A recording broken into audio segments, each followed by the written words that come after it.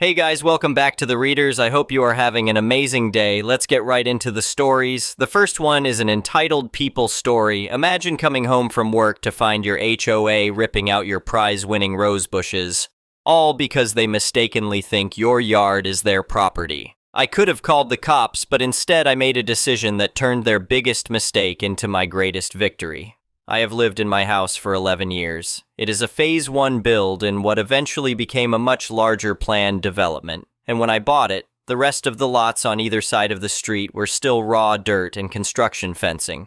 The developer finished building out the neighborhood over the following few years, and eventually we had a full street of houses, a homeowners association, and all the drama that comes with one. My house sits on a slightly unusual lot. When the original developers surveyed the Phase 1 parcels, there was an error in how they carved up the frontage. Every other house on my side of the street has a front yard that ends about 30 feet from the curb. Mine extends 45 feet. That extra 15 feet does not look like part of my yard to a casual observer because the developer planted grass there years before anyone else moved in, and over time it blended seamlessly with the grassy strip that runs along the rest of the street. From the sidewalk, it all looks like one continuous green space, the kind of thing you would assume belongs to the neighborhood as a whole. But it is not. It is on my deed, every inch of it. I knew this because I had read my deed, which most people never do. I also had a survey done when I refinanced several years ago, and the surveyor marked the boundary clearly. I knew where my property ended and where the actual common area began. I never made a big deal out of it because it genuinely did not matter. I kept my side mowed, the HOA maintained the narrow strip of actual common land closer to the curb, and everyone was happy. Then the HOA got a new board president. He showed up to our annual meeting about 2.5 years ago in what I can only describe as a uniform. Not a costume exactly, but a polo shirt with the words board member embroidered on the chest in gold thread. He wore it to the meeting, which was fine. He wore it to the informal neighborhood cookout that summer. He wore it to pick up his mail. I once spotted him at the hardware store on a Sunday morning, cart full of mulch bags, still wearing the polo. I think he slept in it. Whatever the man's personal style, he took his role extremely seriously, and within a few months of taking over, the board had launched a full-scale initiative to, in his words, standardize and elevate community common areas. That phrase, standardize and elevate, would show up a lot over the following year. The board voted to hire a high-end landscaping firm to overhaul all the common area spaces. New sod, premium irrigation, ornamental trees, the works. I saw the proposal at a board meeting I attended mostly out of curiosity. The budget was significant. We are talking about a number with a comma in it that made a few neighbors shift in their seats. The president explained it as an investment in property values, and enough people went along with it that it passed. I did not raise my hand at that meeting. I had no reason to. My front yard was not a common area, and I assumed the landscaping crew would figure that out from the plat map before they started work. I assumed wrong. I came home from work on a Tuesday to find a full crew on my front lawn. Not the shared common strip near the curb. My lawn. They had a trailer parked in the street, equipment running, and 3 guys actively pulling out the rose bushes I had been growing along the front edge of my property for 7 years. Those bushes were not just decorative. I had won a neighborhood garden competition with them twice. My wife had nursed them from bare root stock. They were significant to us, and watching a stranger yank them out of the ground with a loader was one of those moments where you have to actively decide how to respond instead of just reacting. I walked out calmly and asked the crew leader what was going on. He pointed to a map on his clipboard that had a section of my front yard highlighted in yellow and labeled Common Area B. I asked who had given him that map. He said the HOA board had provided it along with the work order. I did not yell, I did not threaten the crew. They were workers doing a job based on instructions they had been given, and none of this was their fault. I told the crew leader I needed to make some calls, and asked him to hold off on further work on that specific section for a few minutes. He was cooperative about it. What I did next was take out my phone and record a short conversation with him. I asked him clearly where the HOA board had told him the common area boundary was, and he said on camera that the board had informed them everything from the sidewalk back to the front of each house was community property unless otherwise marked. I thanked him and went inside. My first call was to the board president. He answered on the second ring, and I could hear from his tone that he already knew I was going to call. He was dismissive before I even finished my first sentence. He told me to stop being difficult, that the board was improving the neighborhood, that it was basically a free upgrade to my property value, and that I should let the professionals do their work. I tried to tell him that the land they were working on was mine, not common area, and he talked over me. He said the board had reviewed the common area plat and were confident in their boundaries. I live in a one-party consent state. That call was recorded. Here is where I made a decision that I am genuinely proud of in hindsight. I could have stopped everything that afternoon. I had the recording of the crew leader, I had my deed, and I could have marched back outside with my survey documents and legally forced them off my property within the hour. Instead, I thought about it for about 60 seconds, and I realized that the HOA had just offered me something much more valuable than stopping them. They were about to spend thousands of dollars of community dues landscaping my private property. I decided to let them finish. I called my wife and explained the situation. Her first reaction was grief about the rose bushes, which was fair, and her second reaction was the same one I had reached. We would document everything, get our paperwork in order, and wait. The crew spent the rest of that week and the following one completely transforming the front of my property. They laid premium sod, they installed an irrigation system with its own zone controller, they planted 3 Japanese maple trees that I later looked up and found retail for around $1,600 each.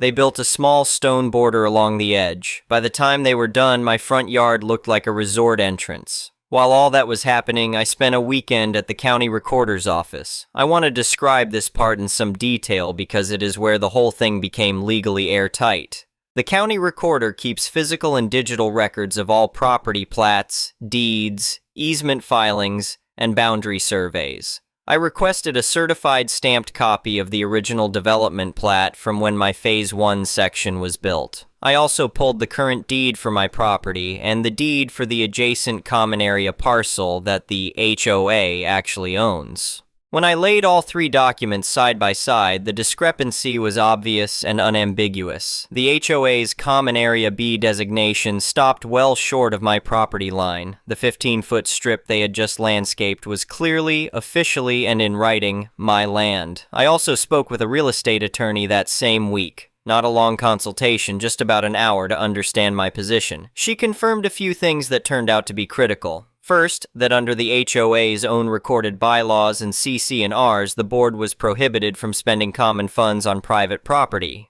The language was not vague about this. It was a fiduciary restriction, meaning the board members had a legal obligation to the other homeowners not to misuse dues. Second, that what had already happened could potentially be characterized as misappropriation of community funds, which exposed the individual board members to personal liability. Third, that I had a clear claim for the value of the rose bushes and any other property damage, and possibly more depending on how things developed. She also told me something that I had not fully thought through. She pointed out that the HOA had not just landscaped my property, by using community funds to improve private land, and by doing so based on a plat map they had apparently misread or altered, the board had created a situation where every other homeowner in the development had a legitimate grievance. Those dues belong to everyone. Spending them on my yard without my knowledge or consent, and based on a false claim about what the board owned, was going to be a very hard thing for the president to explain at the next annual meeting.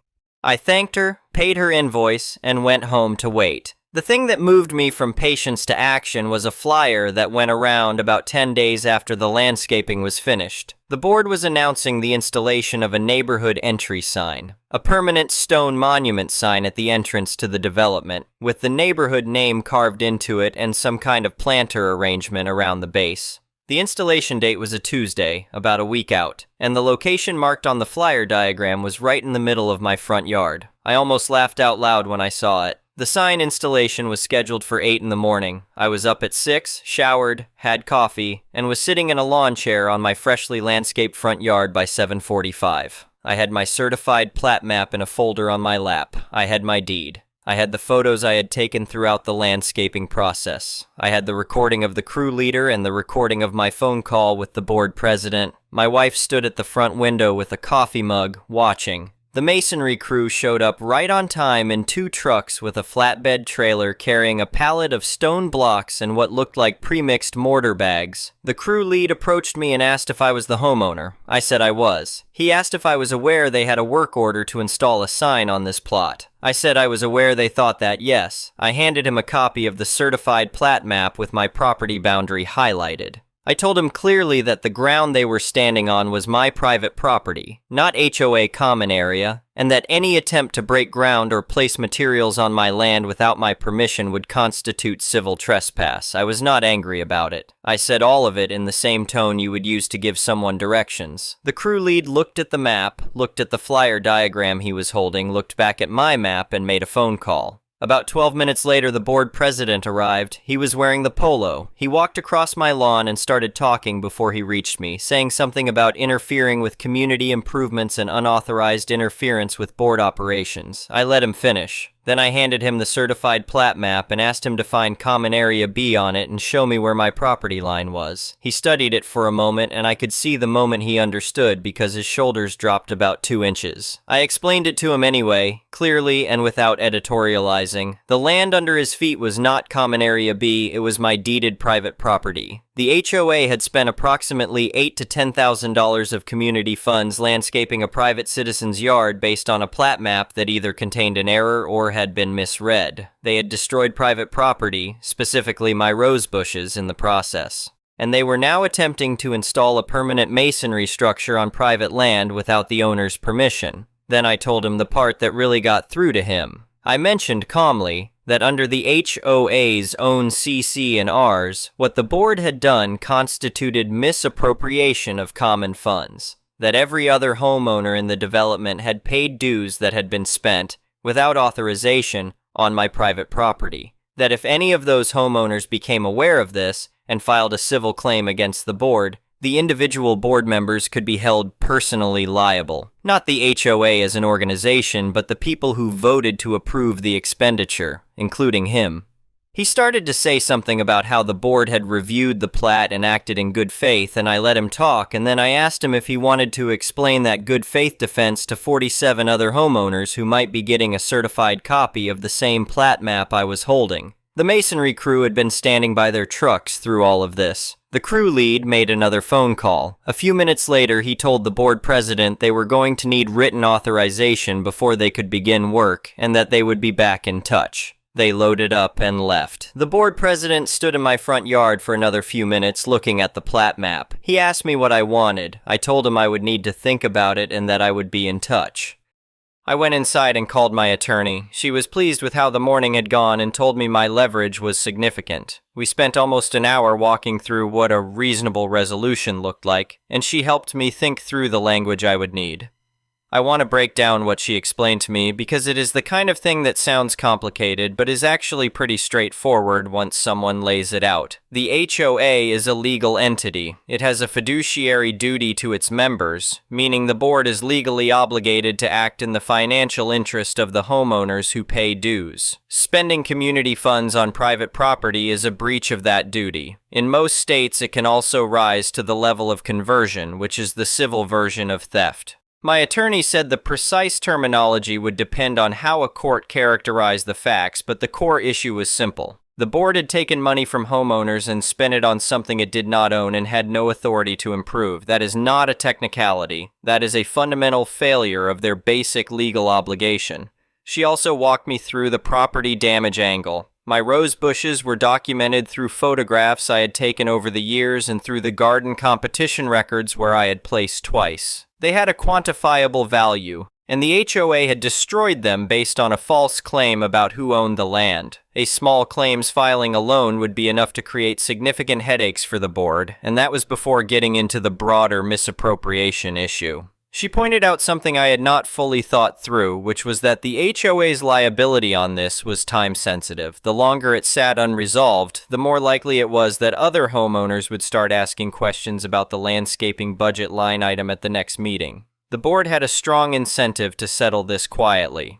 2 days later, I reached out to the board president by text, which created a written record, and told him I had a proposal. I was not going to report the board to the other homeowners or pursue legal action for the misappropriation. I was not going to pursue a damage claim for my rose bushes. In exchange for those things, I wanted one document signed. A maintenance agreement stating that the HOA was responsible for all upkeep, water costs, and irrigation maintenance for the landscaping currently installed on my property for a period of 10 years. The logic was simple, and I spelled it out plainly. The HOA had installed this landscaping using community funds. They had destroyed my property in the process. I was not asking them to remove the landscaping, which would have required additional labor costs. I was not asking for cash. I was asking them to maintain the improvements they had already made, which they were arguably already obligated to do under the work contract they had signed with the landscaping firm.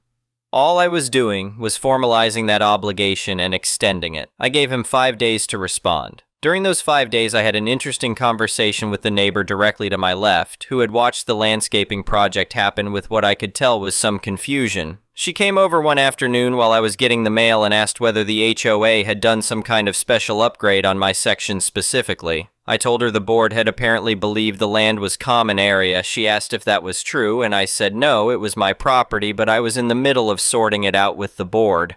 She went quiet for a moment and then said that she thought she remembered the budget approval for the landscaping project being around $14,000 for all common areas combined, and that my yard alone looked like it had absorbed more than half of that. I told her that was a reasonable observation. She asked if the other homeowners should know about it. I said that I thought the board would be addressing it appropriately through proper channels, and that if they did not, then yes, the community absolutely had a right to know how their dues had been spent. I could see her thinking about that as she walked back to her house. I suspect the board president heard about that conversation because his counteroffer came back in 3 days instead of 5.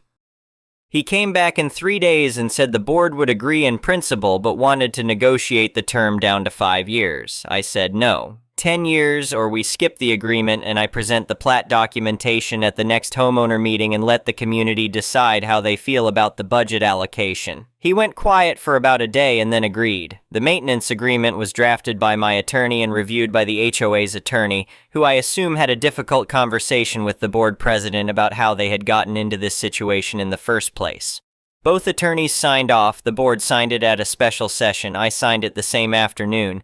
The neighborhood entry sign ended up getting installed across the street in a narrow strip of actual common land near the corner. It is cramped over there. The stone monument looks a little awkward squeezed between a utility box and the curb, but that was the only actual HOA-owned land that was appropriately sized and positioned for it. Every time I drive past it, I appreciate how much smaller it looks than what they had originally planned. My front yard, meanwhile, looks incredible. The Japanese maples have filled in over the past year and a half, and they frame the front of my house in a way that genuinely makes it the best-looking lot on the street. The irrigation system runs on a timer, and I have never had to think about it. The HOA's landscaping contractor comes by every few weeks to trim and maintain, and I just wave at them from the porch. The board president still lives in the neighborhood. He still wears the polo on weekends. We are polite to each other in the way that people are polite when they both know exactly what happened and neither one of them wants to relitigate it.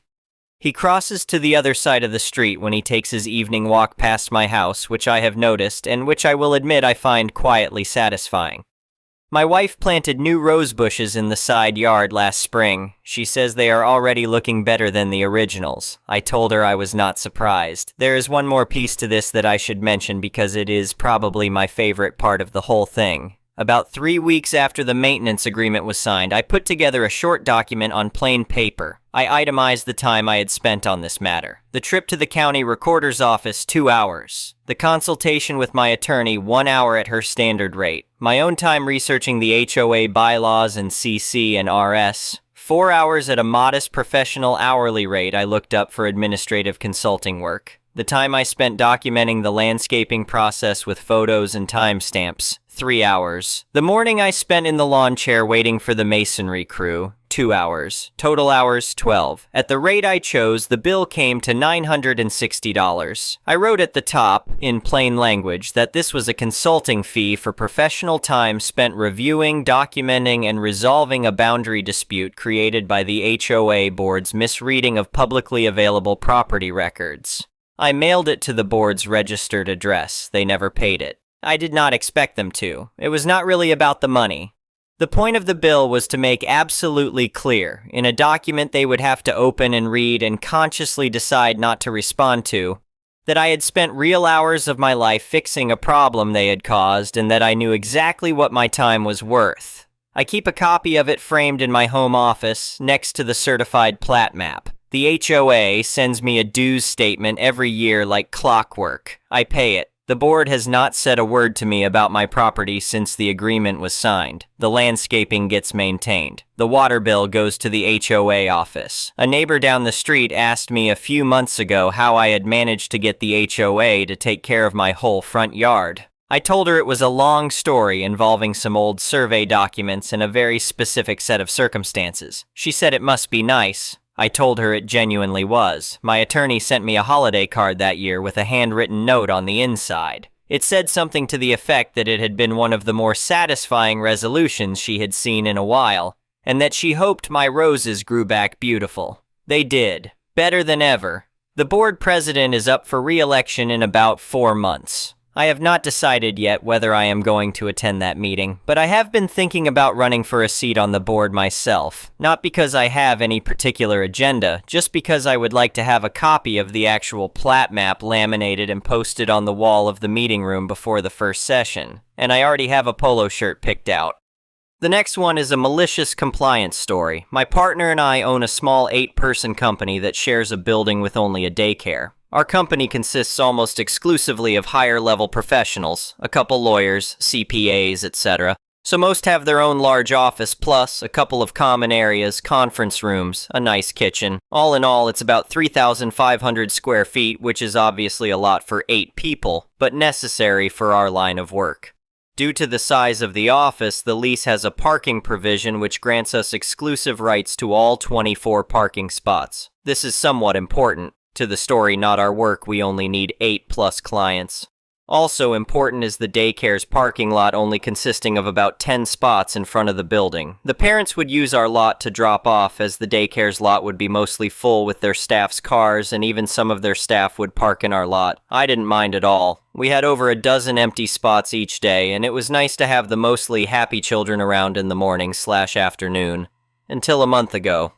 I started coming in a bit later at the same time as daycare drop-off. Our lot was crazy with parents/kids walking and parking, so I used their lot like they have done with ours for years. First day, no issue. Second day, the manager saw me get out and gave me a piercing stare. A week later or so, I did it again, and my car was towed. Not a warning or word from the manager/anyone at the daycare to me or our office. I went to the daycare to ask if they knew it was my car. It is a very distinctive old blue truck. And if some kind of mistake had been made. The manager came out and said it was not a mistake. And in a very rude, demeaning tone, her exact words were along the lines of, "Unfortunately, we can't have the liability of non-staff and parents within our lot, and I'm sure the parents don't appreciate having to walk further either or an unknown adult like you in the lot." She looks me up and down, and I am a totally normal-looking 30-year-old male, I think at least. "Don't you have some reserve spots in the back? You should really park there and let us park here." With an eye roll, she walked off. I was happy I held my tongue in front of the children, considering how king angry I was, knowing it was not the time for that conversation. A couple days later, I told the manager while we were outside the office that I wished she would have come to me before towing my car and costing me $600, asked for an apology, and said since we share the back lot and the parents take up almost all of our spots in the morning and afternoon, can I park in the front lot the occasional morning the timelines align? She flatly said no, and basically gave me the same speech she gave last time, at least not commenting on my appearance this time. I left things for a week thinking it was over. Until again I had nowhere to park one morning, having to wait 10 minutes for parents to filter out of our lot lest my car be towed, and who do I see but the manager getting a spot in my lot before me even. I decided to comply with the manager's wishes then and developed a plan. I contacted the building owner and said, or more accurately lied, that due to compliance reasons with a state license we're applying for, we need to have a gate installed with employee guest pass access only on our parking lot. Our company would of course cover the cost. Same day approval from landlord, installed 2 weeks later. I drove in early that first day after install. I tell you, the mayhem was well worth it. Watching from the corner window gave me a perfect view of it all. It started with daycare staff pressing all sorts of keys on the gate to try and get in, trying to park where they have for months, years even. Then their lot filled up completely. Parents started arriving. A staff member had to stand at the gate telling parents there was now no access. Their parking lot was basically congested with parents double parked taking their children in.